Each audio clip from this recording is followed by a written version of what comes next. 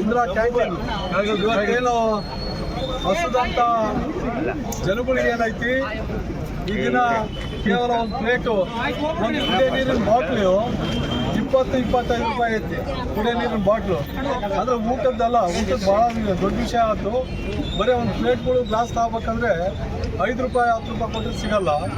ಇಂಥ ಕಾಲದಲ್ಲಿ ಇವತ್ತೇನು ರಾಜ್ಯ ಸರ್ಕಾರ ಇಂದಿರಾ ಕ್ಯಾಂಟೀನ್, ಯಾಕಂದರೆ 2018ರಲ್ಲಿ ತೆಗೆದಿದ್ರು, ಆಮೇಲೆ ಬಂದಂಥ ಸರ್ಕಾರ ಸಂಪೂರ್ಣವಾಗಿ ಇಂದಿರಾ ಕ್ಯಾಂಟೀನು ಇದಾಯಿತು. ಇವತ್ತು ಮತ್ತೆ ಕರ್ನಾಟಕದ ಜನತೆ ಏನು ಆಶೀರ್ವಾದದಿಂದ ಇಂದಿರಾ ಕ್ಯಾಂಟೀನ್ ಮತ್ತೆ ಪ್ರಾರಂಭ ಆಯ್ತು. ನಾನು ಯಾವುದೇ ಸರ್ಕಾರ ಬರಲಿ, ಇದು ಪಕ್ಷಾತೀತವಾಗಿ ಇಂಥ ಒಳ್ಳೆ ಕೆಲಸಗಳು ಮುಂದುವರಿಬೇಕು.